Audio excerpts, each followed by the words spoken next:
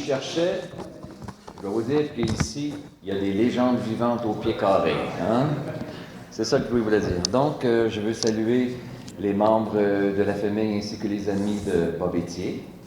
Je veux saluer André Kid-Miette, André, qui est l'instigateur de la création originale de la sculpture. Il va sûrement vous en dire un petit mot tout à l'heure. Je veux saluer aussi Euclide Cormier, le maître d'œuvre de la restauration, et ainsi que les membres de l'atelier de sculpture du regroupement pour la santé des aînés Pierre Sorel qui sont ici présents. Je veux saluer aussi les membres du Panthéon des sports, les collègues du conseil municipal de la ville de Sorel-Tracy. Je veux saluer M. Jocelyn Mondou, je veux saluer Benoît Livremont, ainsi que Martin Lajeunesse.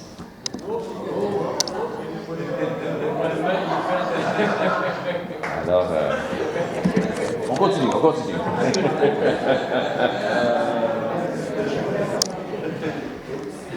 On salue Bob. Je veux saluer aussi vous tous, mesdames et messieurs, et chers amis. Alors, il est essentiel pour une ville de conserver non seulement la mémoire de ses lieux, mais surtout de conserver la mémoire des acteurs qui ont marqué son histoire. Alors, c'est pourquoi c'est avec une immense fierté que j'assiste aujourd'hui, oui, avec vous tous, au dévoilement de la statue de Robert Bob Étier, entièrement restaurée. Alors, ce projet que j'avais imaginé dans le cadre du 375e anniversaire de notre ville, voit maintenant, devrais-je dire, le jour. Aujourd'hui, nous redonnons à Bob Étier la place qui lui revient dans la mémoire collective des Sorellois. Alors, cette restauration de la statue de Bob Étier représente toute une époque en soi. Et je pense qu'il y en a plusieurs ici dans cette salle qui pourraient en témoigner. Entre sa création par l'artiste Roger Péloquin, une initiative à l'époque d'André Kid-Miette, et le dévoilement aujourd'hui de la statue, cette statue a fait beaucoup de kilomètres et de chemins, ça vous le savez. Elle a longtemps installée sur la marquise du Colisée-Cardin, juste ici en haut. On a perdu sa trace pendant quelques années, avant de la retrouver en 2004, pour ensuite bien l'entreposer dans la cour arrière du garage municipal de la ville de Sorel-Tracy sur la rue Antaillon. Et ça, il y avait une anecdote, parce que quand je suis arrivé en poste en 2013, on a pris le temps d'aller visiter les différents bâtiments, infrastructures de la municipalité. Et puis, j'étais avec Marc Livremont, qui est ici présent, que je salue. Et puis, on a vu qu'il y avait la statue de Bob brisée, une statue qui était en béton d'origine. Et puis, je parlais à Louis Latravers, j'ai dit, oui, penses-tu qu'on pourra faire un petit truc, là, qu'on va annoncer qu'un corps a été retrouvé dans la cour arrière d'un des bâtiments? Il dit, non, on ne fait pas ça. Alors, l'idée, par la suite, m'est venue d'aller rencontrer Euclide Cormier et son équipe pour leur proposer un projet de restauration de la statue. Et puis, ils ont accepté d'emblée. Et puis, bref, on va vous raconter la suite tout à l'heure. Alors, finalement, la statue revient au bercail, comme vous l'avez vu, au Colisée-Cardin, grâce au formidable travail de restauration d'Euclide Cormier, qui a été secondé par les membres de l'atelier de sculpture de regroupement pour la santé mentale des années, devrais-je dire, de Pierre de Sorel. Alors, je tiens également à féliciter tous ceux qui ont participé à ce projet de restauration, dont notamment les employés du service des bâtiments, des équipements, qui ont confectionné la base, le socle, ils ont confectionné aussi le présentoir. Je remercie aussi également tous ceux qui ont contribué financièrement et à ce projet, Lucie Del Pariso, Jacques Champagne, le regroupement pour la santé des aînés Pierre de Sorel, qui ont fourni non seulement les locaux pour entreposer la statue tout le temps du chantier, Louis Champagne, son président, que je salue. Il y a le Centre aussi de formation professionnelle pour le prêt d'outils. Je salue aussi Alain Lamy, qui en est le directeur. Et vous avez remarqué que c'est un véritable projet d'une œuvre collective. Donc, en terminant, avec cet hommage que l'on porte aujourd'hui à Bob Étier, mais c'est tout l'esprit d'engagement que Bob Étier a eu non seulement pour sa communauté, mais qu'il est à la fois honoré ici aujourd'hui. Alors, Bob Étier obtient aujourd'hui l'immortalité à laquelle il aspirait. Alors, je vous souhaite une excellente journée. Puis je vais remettre le micro à notre animateur, M. Guy Latravesse, pour poursuivre cette cérémonie mémorable. Alors Louis.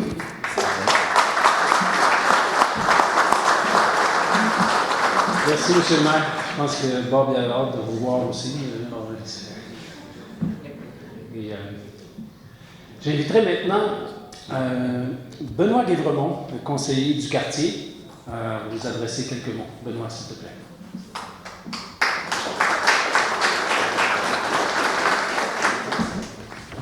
Alors, bonjour, collègues du conseil, distingués invités, chers amis. Étant moi-même un passionné de sport, c'est un immense plaisir d'être avec vous aujourd'hui. Enfin, la statue de Bob Etier retrouve sa place de choix dans le hall d'entrée du Colisée Carvin. À côté des nombreux sportifs qu'on voit ici sur la loi qui se sont illustrés sur la scène locale, nationale et même internationale. Bob Etier a inspiré une génération d'hommes qui ont donné de leur temps et de leur expérience, la plupart du temps de façon bénévole, pour aider les jeunes dans l'apprentissage du sport et des saines habitudes de vie. Pour ceux qui me connaissent, mon propre père, pas le nommé Tinac, pour ceux qui me connaissent bien,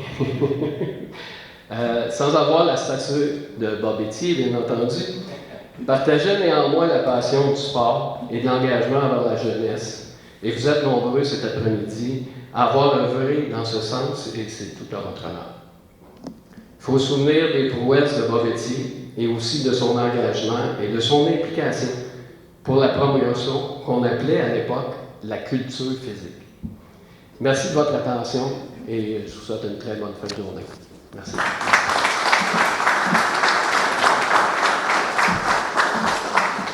Merci beaucoup, Benoît. J'inviterai maintenant... Monsieur le maire est parti avec mon papier. Mais c'est pas grave. Décidez-le. Je ramasse tout. J'inviterai maintenant M.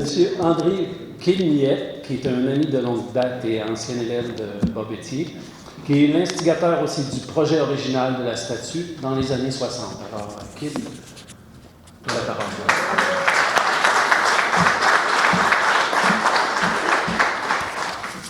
J'ai peut-être été l'instigateur, mais l'idée première est venue de M. Lamoureux, Lucien Lamoureux, qui était échevin et qui était le beau-frère de Bob. En mars 1969, il m'a fait venir à son magasin qui était sur la rue Fitte, ça s'arrête, et m'a parlé de placer une photo géante de Bob Etier au Colisée Carvin. Il me demandait si j'avais une photo de lui, il voulait la faire agrandir. Pendant qu'on était là, il y avait Roger Pellequin, un artiste peintre et sculpteur, qui a fait une blague. Il dit « Moi, je pourrais vous faire une sculpture grandeur nature. » On a pris ça un petit peu en riant, mais finalement, c'était vrai. Il disait pour le vrai. On lui a demandé comment ça prendrait de temps pour faire ça, puis comment ça coûterait. Il dit, ça va me prendre 2-3 mois. Puis il dit, vous ne donnerez que ce que vous voulez, puis si vous ne donnez rien, ça va faire pareil. Fait que c'était accepté. La semaine ensuite, j'écrivais une chronique dans le journal de La Voix métropolitaine, puis j'ai fait un article sur Bob Etier. Et puis, quand j'ai fini l'article, je demandais à ceux qui voulaient contribuer à emmener des argents pour payer Pello pour l'ouvrage qu'il avait fait. Dans les 3 semaines qui ont suivi, on a eu 800 $. C'était des dons là, de 1 piastre, 2 piastres par des gens qui me rencontraient. Jean-Claude Larivière, qui était un autre élève de Bob Etier dans le temps, qui avait le journal de Riviera, il m'appelle et il me dit Kid, à mon club de presse, j'ai contacté ces GSO, ils seraient prêts à faire un radioton pour ramasser des fonds. Accepté. On a ramassé ce soir-là, un vendredi, 2000 quelques cent piastres. Ajouté aux 800 $ à peu près que j'avais eu, on a pu payer M. Pellequin. Au mois de juin, Lucien Lamoureux a reçu la statue, il l'a fait installer ici. Parce qu'il y avait des vents sur le toit, à un certain moment donné, il a été descendu en bas ici, en avant. Et puis M. Lamoureux est décédé, et puis Bobetti a disparu. On ne sait pas pourquoi. Je l'ai retrouvé, moi, finalement, au garage municipal. J'ai demandé qu'est-ce qu'il y avait avec ça. Ils nous ont dit qu'il était pour la rénover. Puis je n'ai plus jamais entendu parler. Mais la suite, je pense que M. le maire vous l'a dit. Mis ça à part, j'aimerais vous parler de Bobetti. Moi, je l'ai connu à 10 ans. Je restais à 2 maisons de chez lui. Je le voyais se promener sur un fil de fer avec une perche dans les mains. Il tombait, il se rasseyait. Il tombait, il se rasseyait. Des fois, il tombait. À quel faut ça ne me fait pas faire du bien. Mais à la fin de l'année, à la fin de l'été, il marchait dessus. Puis après, il est devenu monsieur Province de Québec. C'est ça, je pense, qui l'a emmené à la lutte. Parce qu'il luttait déjà, ça. Mais avec le titre de monsieur Province de Québec, Silvio Sanson, à Montréal, l'a emmené dans sa gang. Et Bob a lutté partout en province. Et il a gagné le titre de champion Mio international lors d'un match devant 12 000 personnes au Stade olympique de Montréal. Bob avait appris à lutter sur la rue Royale, le boulevard Fizette aujourd'hui, dans les cours. Dans la cour, la première fois qu'on l'a vu aller, c'est dans la cour du fleuriste Martin. Une arène arrangée qui nous permettait à une cinquantaine de personnes d'aller alentour de l'arène puis de voir lutter les Boucourt, Marcotte, Gérard Gouin, Marc-Henri Soulière et quelques autres. Mais ça venait du bruit, il a été obligé de changer de place. Ils sont en allés au coin de Limoges et Alfred, chez un monsieur Pelletier, qui était échevin, qui est devenu échevin, c'est lui qui s'occupait aussi du cimetière à Sarel. Il y avait des estrades, là. Ça pouvait contenir une centaine de personnes. C'était plein à chaque fois qu'il y en avait, et ça menait du bruit. Ça dérangeait le voisinage. Fait que là, ils ont changé de place. Ils sont en allés où aujourd'hui, il y a une garderie. Une estrade qui permettait aux lutteurs à 4 pieds d'eau d'être vus de tout le monde alentour. Il y avait peut-être une centaine de personnes. Mais il n'y a personne qui payait. Là. C'était tout pour le faire. Puis Bob a eu l'idée de faire son Stade Royal. Stade Royal, là, c'est la rue Royale, le boulevard Fizette, Adélaïde, Albert et Limoges. Il y avait son stade en arrière, dans le milieu de ça. Un stade fait en toile, pas de toit, un arène dans le milieu, 7 estrades là, qui avaient été empruntées à l'ancienne ligne de Balmol de Saint-Maxime. Puis le monde était dans ça, puis ça payait 60 cents, puis 25 cents les enfants. L'hiver, il faisait sa lutte au marché Richelieu. Le marché Richelieu, du côté de la rue Reine, il y avait son gymnase là, son arène de lutte et de boxe. Après, il y a eu le Colisée, il s'est emmené au Colisée. En arrière, il y avait son gymnase. Et puis, il faisait des spectacles aussi de boxe. Dans le temps, on se rappelle, pour nous autres les plus vieux, les Golden Gloves Richelieu, qui attiraient des foules, 3 soirs de fil des 1000 personnes pour voir ça. C'était tous des gars de Sorel qui se battaient, puis les meilleurs, ils se battaient contre des gars de Montréal et des gars de Trois-Rivières. Bob était aussi un gars qui faisait de la promotion. Il organisait des shows de variété. Il en faisait au Théâtre Sorel, mais il en faisait aussi dans les tambours. Et puis, il prenait part au vaudeville qu'il faisait. Il y avait des numéros. Dans les tambours-là, la dernière journée, c'était un spectacle, une soirée de variété. Il y avait des chanteurs de Sorel, Ginette Ménard, tout ça, Étienne Lepin. Puis Bob, lui, il se couchait sur un de ses numéros, là, il se couchait sur une planche de clous. Il est tout piquant en haut, là. Il se couchait sur ça. Il se mettait à une grosse planche de bois là, sur l'estomac, puis il embarquait 2 personnes dessus. Après, il se levait, puis des fois, la planche était prise dans le dos. Il faisait une autre affaire, il se couchait sur le dos, encore avec quelque chose pour embarquer 2 personnes sur lui, comme il avait fait. Puis là, il faisait sauter. Après, il prenait une bûche, il la mettait là encore, puis il invitait quelqu'un à la fendre en deux. Un autre de ses numéros, c'était de déchirer un jeu de cartes. C'était pas payé. Mais aussi, il prenait un annuaire téléphonique de Montréal, 350 à 500 pages, puis il le déchirait. C'était pas facile. Il est bien financier, c'était pas facile. Ça, c'était un gars qui était très sensible, Bob. Mais il y avait des montées de lait de temps en temps. Je me rappelle, je devais avoir une quinzaine d'années, je me battais à Montréal contre un ami Eddie Smith pour le championnat, dans un tournoi pour le championnat provincial. Là, les Golden Gloves étaient prêts dans le temps. Et puis c'était écrit sur la presse là, que Smith, c'était un dur cogneur. Il devrait gagner jusqu'au championnat.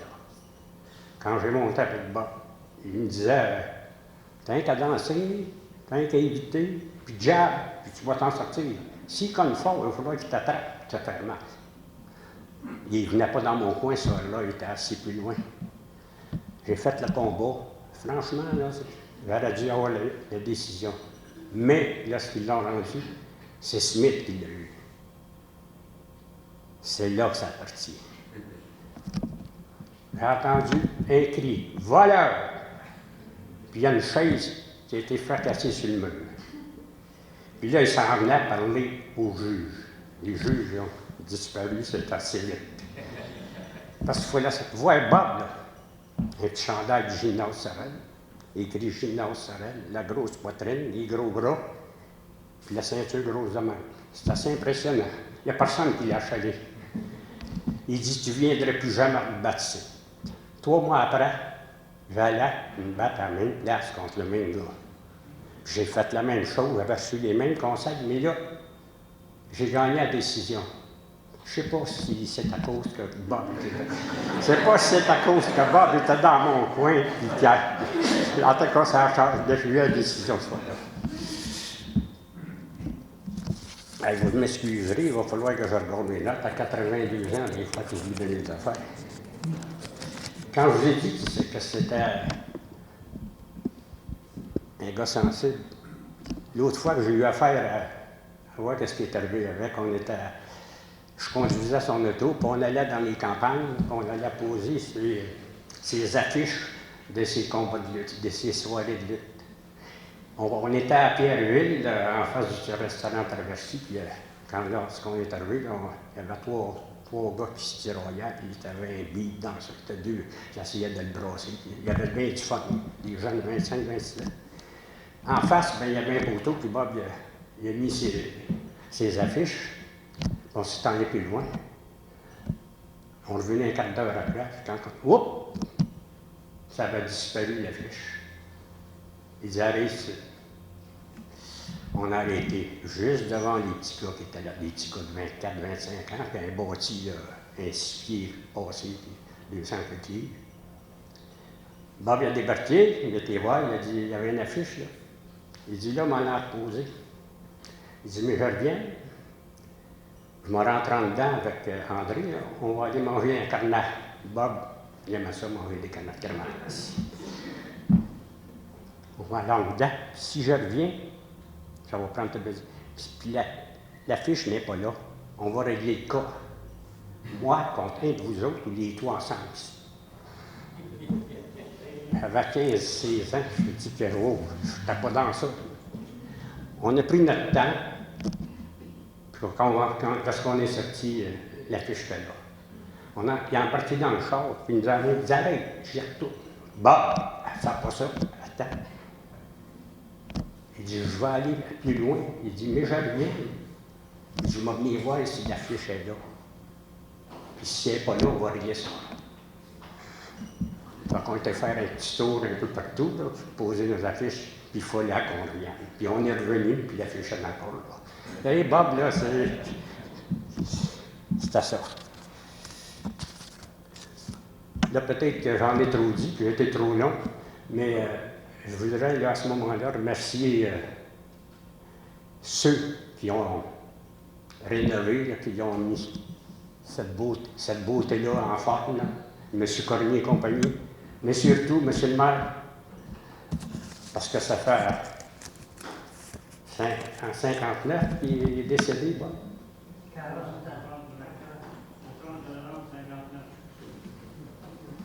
Fait que, ça fait bien assez longtemps qu'on entend parler. Là, je suis bien content. Je le remercie. Puis je le fais surtout au nom des proches de Bob. Je vous remercie.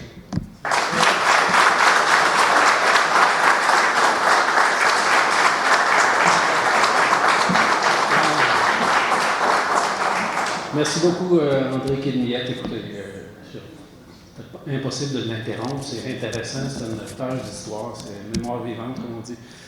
J'inviterai maintenant M. Jacques Champagne, ami et compagnon de sport de M. Étier, culturiste, qui s'est mérité lui aussi le titre de M. Sorel en 1949, premier physiothérapeute à Sorel, qui a ouvert la première clinique de physiothérapie sur la rue Hôtel-Dieu. Alors, M. Champagne.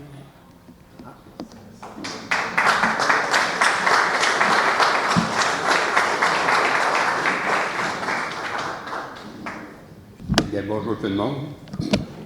Eh bien oui, Bob Étier, c'était une personne extraordinaire, généreux, et puis qui aimait plaire à tout le monde. Je vais vous parler d'une anecdote. Eh bien, on avait organisé, Bob Étier et moi, un gala de boxe à la salle du marché Richelieu. Et puis la finale, c'était deux boxeurs professionnels. Un Olivier Côté de Drummondville, puis un monsieur de Montréal. Et puis, à un moment donné, l'arbitre vient me trouver. Il me dit, sais-tu, le gars de Montréal, il s'est blessé à s'entraîner, et puis il ne peut pas venir. C'est toute une nouvelle parce que tout le monde venait spécialement pour voir ce combat-là. Je m'en vais voir Bob. Je dis, on a un gros problème là. Il dit, on ne pourra pas avoir la finale. Il n'y a rien là, genre. Il dit, je vais le remplacer, moi. Voilà.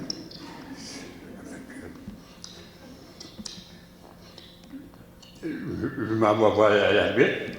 Je lui dis ça, il dit, Bob, il dit qu'il va le remplacer, mais il dit à Lévi Côté qu'il allait lentement pour pas tout le blesser. Là. Fait que le combat commence. Après 3 rondes, l'arbitre vient le trouver. Il dit à Bob qu'il allait lentement parce que il finira pas le combat.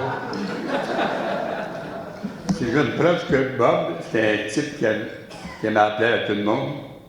Et puis que Sorel a connu un athlète extraordinaire. C'est tout ce que je peux vous dire. Merci beaucoup.